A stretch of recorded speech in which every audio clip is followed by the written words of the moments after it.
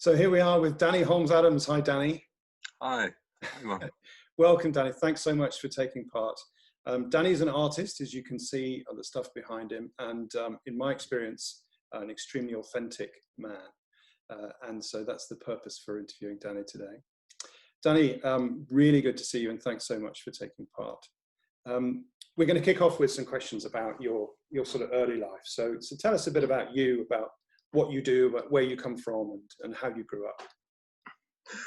Oh gosh.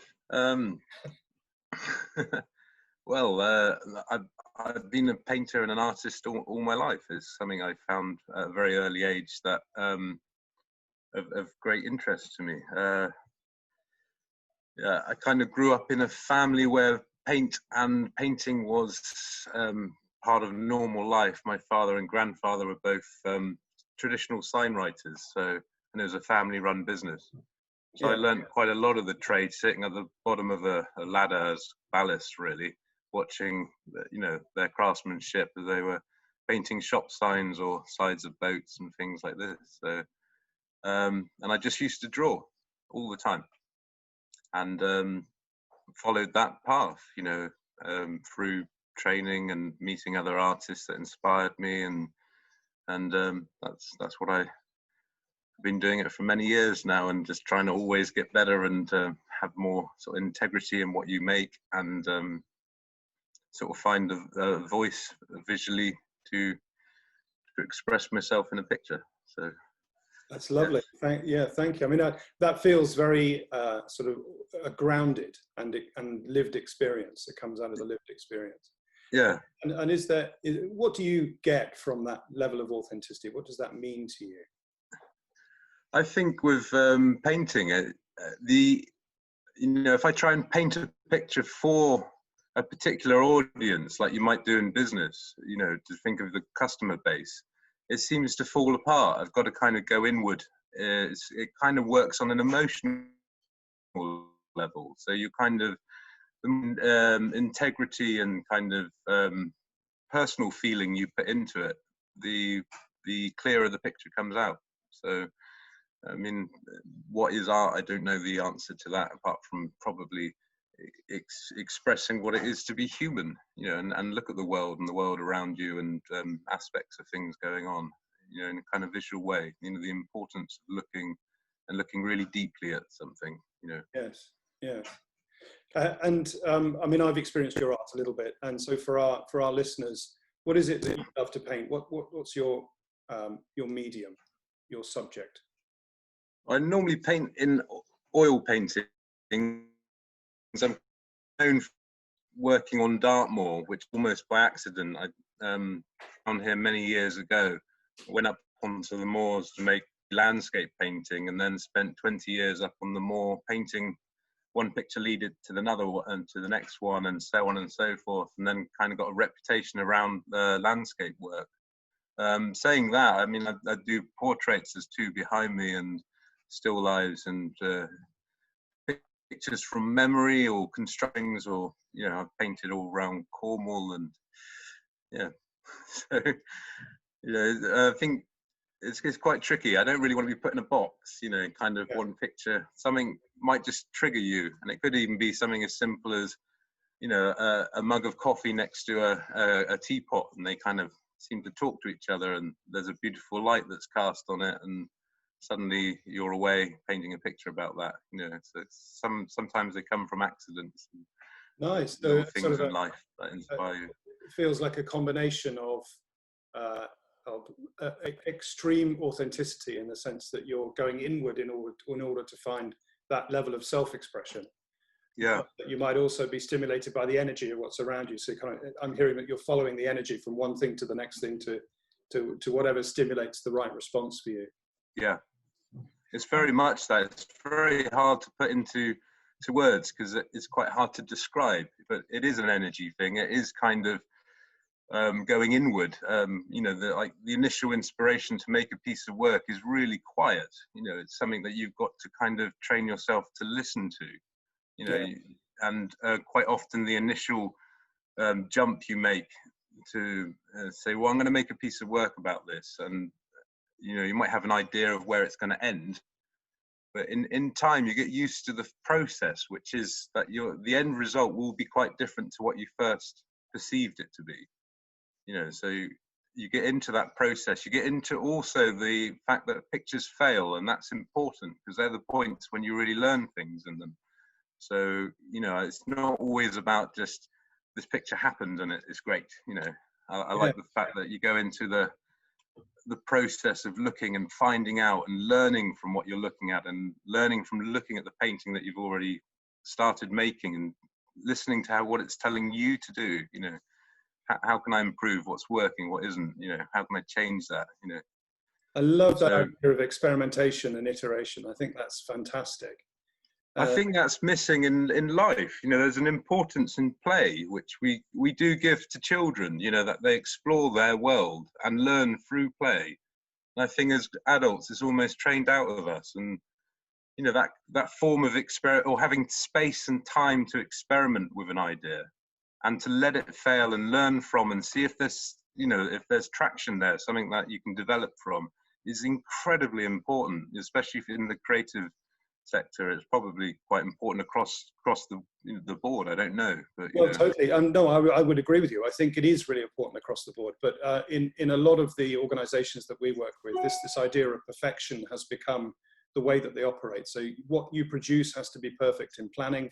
You then have to execute it according to the plan perfectly, and the art has to look exactly like you conceived it at the start. And of course, in the way that we operate now as a society and in our modern times, constant change, all these things happening to us like pandemics and climate change and so on, that's just nigh on impossible, actually.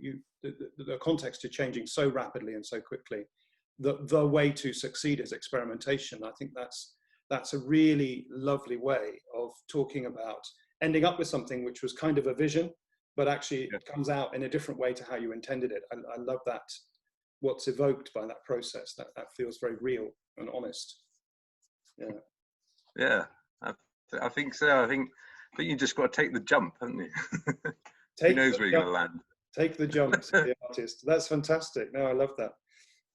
Experimentation is one of the things that business struggles with, organization struggles with. So what would you know, if you were talking to someone who was, I don't know, say a middle manager or someone in the middle of their career, and you were talking about this principle of getting somewhere, which is something like what you conceived it, but making sure that it's honest. What advice would you offer them? Ooh, I don't know if I'm in a position to advise there, but I mean, I think it's just space to make mistakes and learn through that process. Because actually, you know, when you just aim for something and get it right, it doesn't make the person or well, I suppose the business push forward. It just keeps it at a flat level. So that experimentation, although it's higher risk, you kind of can end up with finding out things at a different plane, or opening new possibilities, new ideas. And it's kind of what artists tend to do quite a lot, is that kind of they look at things in a way that is not about symbols of things, but about kind of coming out of the box and looking back into it. You know, what's going on around you. You know, is there any patterns here, anything of interest? And it's quite a creative way, but you know, I think for me, I find that really important, really important. Yes. Yeah, thank you. I have no idea where the artwork will be in a week's time, in a month's time, in a year's time. I can look back at the work, and that shows a natural progression that way. But the way forward is one of kind of, one picture will lead to the next, one failure will lead to something that's very good. You know, I really don't think you fail. I think you either get it right or you learn something, but you never fail. You know, it's that kind of deal. You know? Nice. I love that idea. Yeah, we do kind of judge ourselves, don't we, about failure? Oh, I didn't get that right according to my mental model of what that should have looked like. Yeah. Or been, and then we regard that as failure. And actually, what that does is it discounts the thing that you actually have done. In a way, shape, or form that manifests itself. It's almost one of the biggest stumbling blocks from. I've done some teaching in the past, Now, just to kind of pass on the knowledge that was very generously given to me by other artists and people that inspired me. And a lot of it is dealing with confidence to make mistakes, confidence to let go of the end product, and to kind of push yourself forward, find your voice, find out what you want to say. Yes, and of course, there will be occasions where people listening won't be able to leave it so open and iterative. Yeah. But it strikes me that that's useful as a personal principle. If your approach is personally that way, then you can, in a business context or an organizational context, you can manifest something that is finished and will continue. Yeah. But as long as you're still learning, then that's still okay, I guess. I think so. Yeah. Yeah. Well, who knows? I don't often analyze it, Mark. Yeah. So you touched on something there, Danny, which I'm very curious about. I mean, painting, certainly in the way that I've seen you do it, is quite a solitary thing. Yeah. So where do you collect peers from? Where do you get your inspiration from? And how do you see that kind of work flowing out to others? Ooh. I mean, there has been artists who have been incredibly helpful to me, and individuals as well, that have taken you under the wing, or kind of, it is a solitary practice completely, except for when you're exhibiting and then suddenly you're thrown into the complete opposite world. You go from solitary, not speaking to anyone about your work or anything like that, just being you in the picture, in conversation, to suddenly having to put it on a wall and justify what you've been doing, and that's two very different worlds that you've got to kind of get your head round, really. But there has been certain people that have helped me out, Trevor Felsey and Susan Durgis, and they, lots of individuals that kind of help push the work on, and might just, sometimes they may just say one little thing which is enough to kind of make you question something. That idea of looking at something with fresh eyes is incredibly important. So yeah, there's been many people over the years that have helped out, and and it's surprising where that can come from. Yes. It can just be a passerby walking, if you're painting on Dartmoor, who's I'm not sure about that, and it's, well, yeah, it's not finished. But actually you pointed to the main problem of the picture, and it's been staring me in the face for ages. And they may have no art training whatsoever, but that kind of, you can get inspiration and leadership, I suppose, from all different directions, and it's not always very obvious at the time where they're coming from. Or Nice. Do you think of yourself as a leader in that sense? No. I mean, I do teach, but I teach because I love the subject, and it's a great way of kind of passing on information and trying to get people to find their own voice. But my teaching, I've always had this kind of idea of being more like a waiter in a very fancy restaurant, that the menu, but you're here to try and inspire the individual to do what they want, to find their voice. And instead of trying to say, well, I want to make little versions of myself, and this is how you work, which yes. I don't really know. Actually, Danny, I have to say that's one of the best definitions I've ever heard of leadership. You're a waiter in a fancy restaurant. I think that's brilliant. We can have that one. I don't know. I think that's fantastic. Because actually, for those of us who study the subject, when you look at the really successful examples of leadership, I mean, not just people who can lead an army or a country. Typically what we do is we call those people leaders, but whether they're exhibiting leadership is another question. Yeah. Right. And so what I think we're talking about here is the practice of leadership. And in the context we're talking about, this constant change chaos that we're in, actually holding a menu of stuff and helping people to be the best person they can be, in your words, that's incredibly powerful as an authentic principle of leadership. Yeah. So I hope you can reframe your answer to that, which is yes, you probably are. you know, a leader in that. There may be. I think the honest answer would be I'm not looking to be a leader. Let's put it that way. Yeah. But I may be put in the position where I'm leading, you know, in certain Yeah. situations. Yeah. No, I get it. Well, of course, the definition of leadership is whether or not you've got any followers.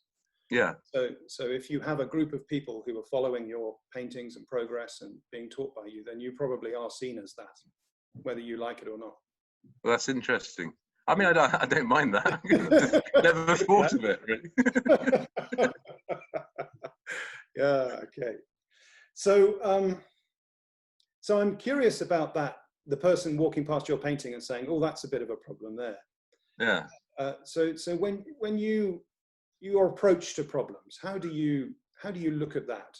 How do you problem solve, and how do you sort of work through that? In painting or generally? Yeah, in painting. Well, painting's the example we're looking at. Yeah.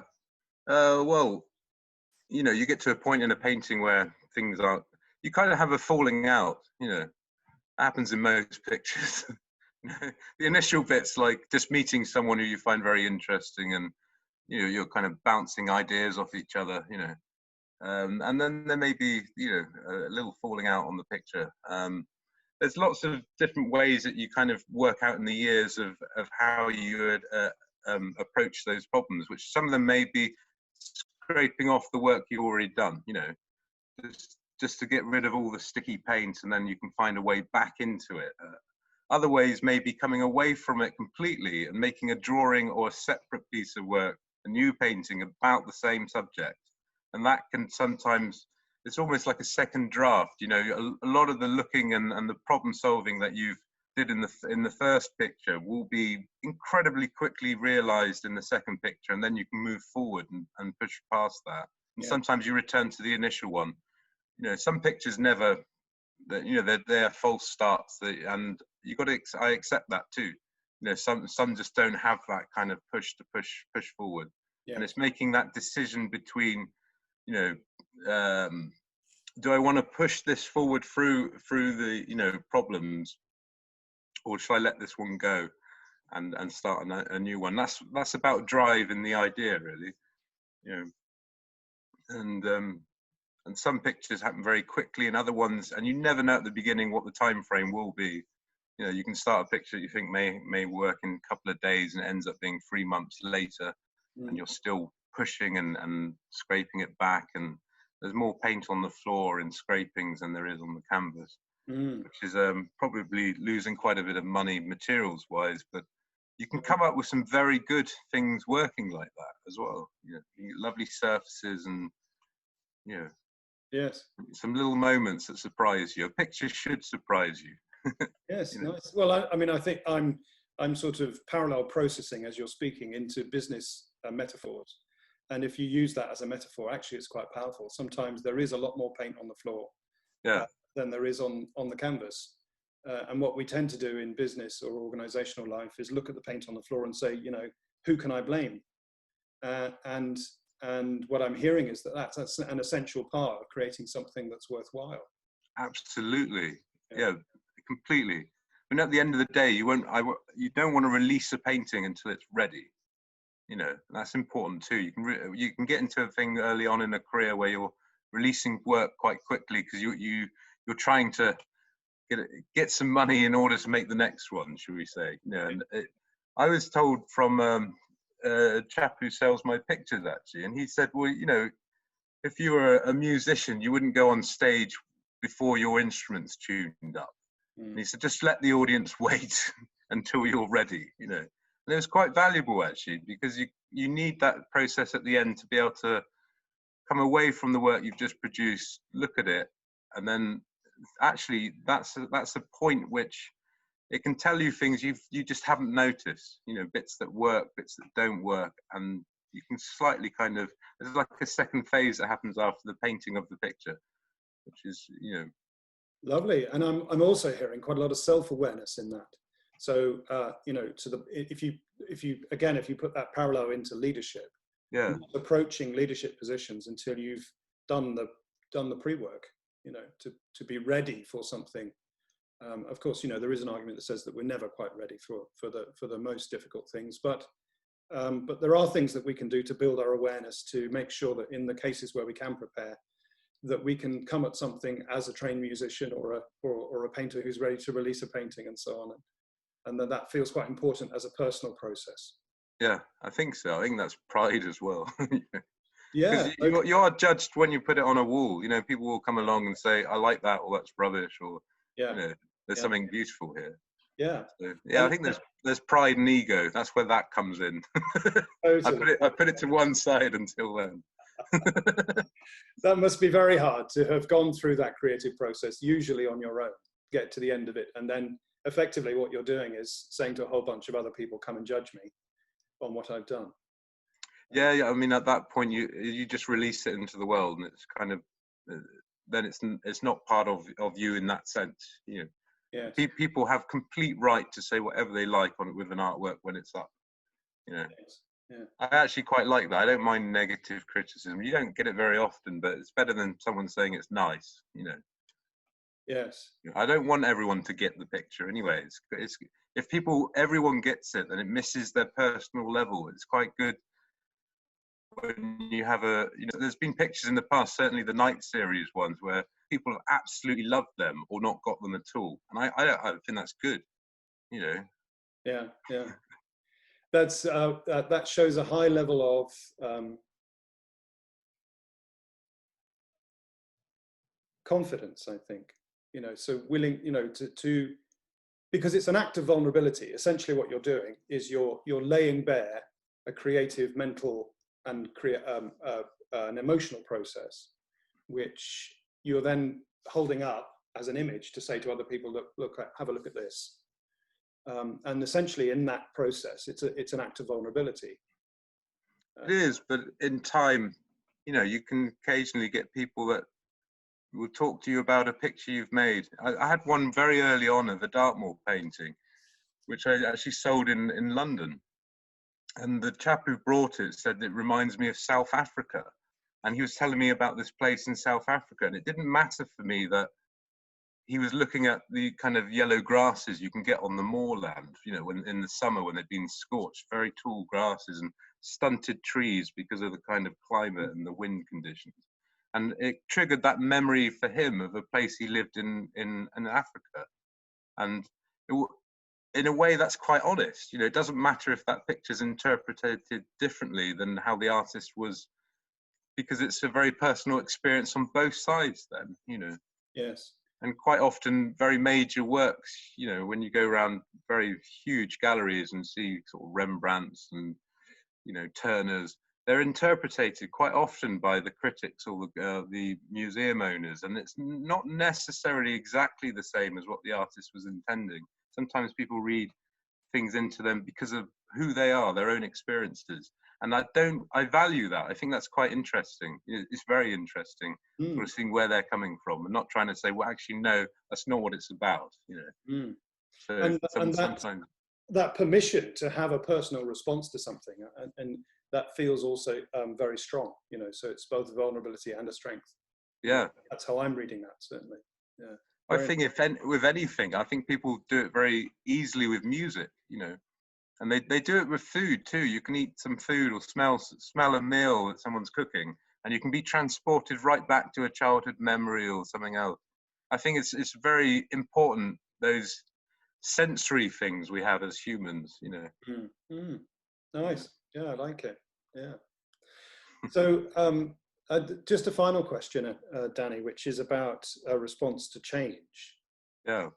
And I guess in your process, quite a lot of things change, including in, you know, really visceral things like the weather and how warm you are standing out in a field somewhere. Yeah. But I mean, what's your own response to change? How do you process change, whether artistically, creatively, or maybe even in your own life? I mean, sometimes change is welcome, sometimes it's not, you know. And I don't really know. I suppose I take it on at the time, you know. In painting, I'm quite relaxed and confident when a change happens, just to go with that, you know, and then see where you end up with it. You know, I think in real life that's more of a struggle, you know, to kind of you get very used to a way that a process has been happening, and when a change comes along, it's interesting because you can end up in a better place. It's almost like the idea I said about the inspiration in the picture, that you've got to make the jump and then you might land somewhere you weren't expecting. But that's interesting. That's part of life anyway. I think that we can't predict where our lives are going or what's going to happen next. I think the frustrating thing is when you have things that you'd like to change and you can't necessarily have any impact on it, singly, and that's when things are quite difficult. Yes, no, agreed, and I think a lot of our listeners would agree with that as well. Yeah. Well, listen, Danny, thanks so much for spending the time. Absolutely fascinating investigation into both the artistic process, but also I think huge number of parallels in some of the deeply personal and deeply difficult issues that people are working through right now. Yeah. In our species history. So I really appreciate that take, and thanks so much. Well, thank you. Thanks for asking me to be part of this. No, it's a pleasure. Absolute pleasure.